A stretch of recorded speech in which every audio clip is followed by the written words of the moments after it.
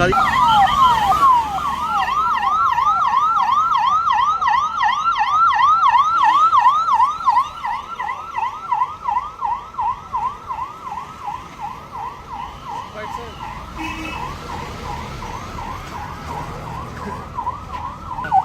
वो कहिए साइडो वो हवा हो गई है।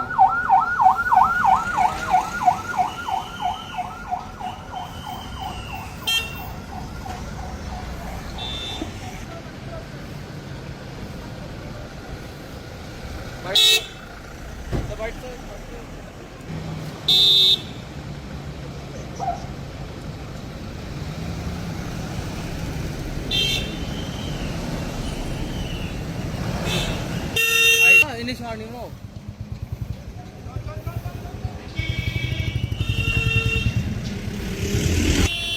ऑपरेशन निकल गया।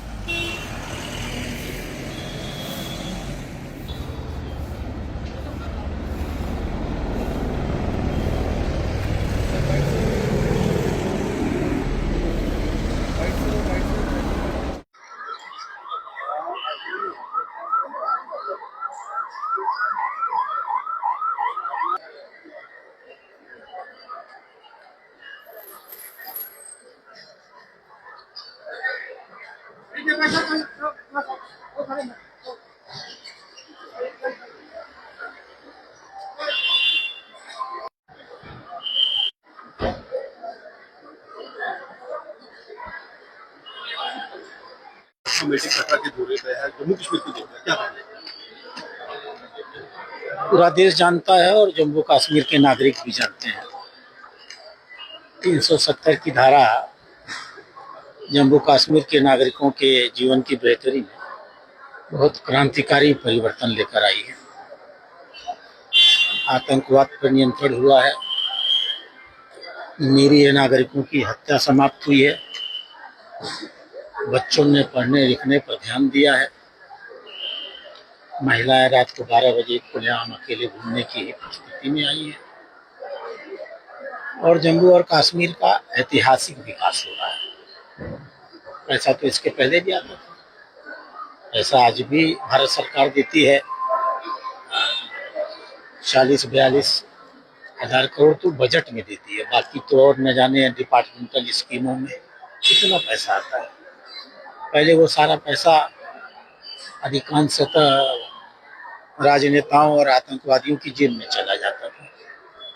आज एक एक पैसा उसका जम्मू और कश्मीर के नागरिकों के हित में उसका इस्तेमाल है।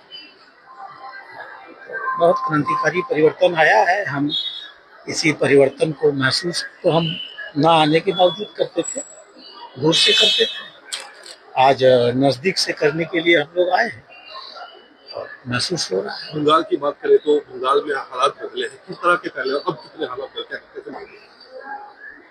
देखिए, एक आतंकवादी शासन, वो भी एक प्रकार का राजनीतिक आतंकवाद था। ममता बनर्जी किसी मूल्य पर, किसी सिद्धांत पर, किसी नीति पर, लोकतंत्र पर कतई विश्वास नहीं करती थी और मुस्लिम तुष्टीकरण का उन्होंने एक चरम कर दिया था। वो नग्न हिंदू विरोध के ऊपर चली गई थी।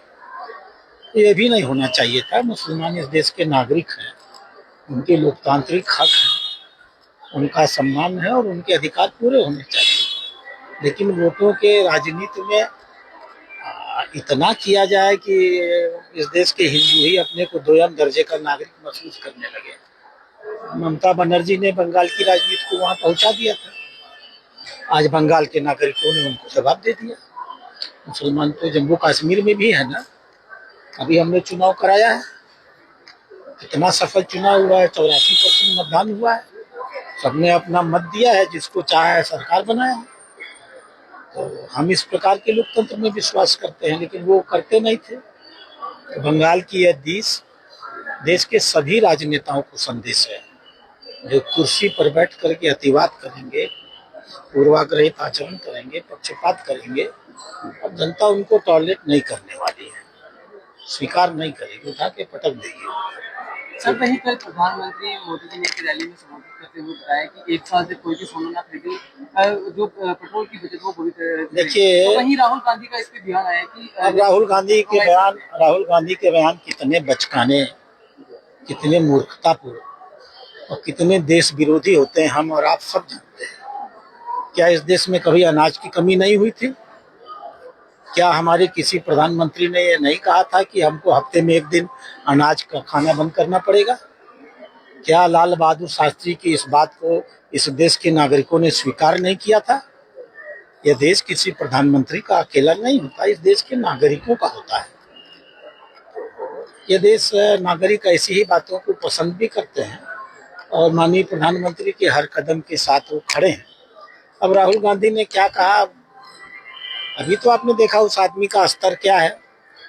चुनाव लड़ा पिछले 25 साल से डीएमके के साथ, और बेचारी डीएमके इस बार सत्ता में आ पाई तो छोड़ के चला गया दूसरी पार्टी में।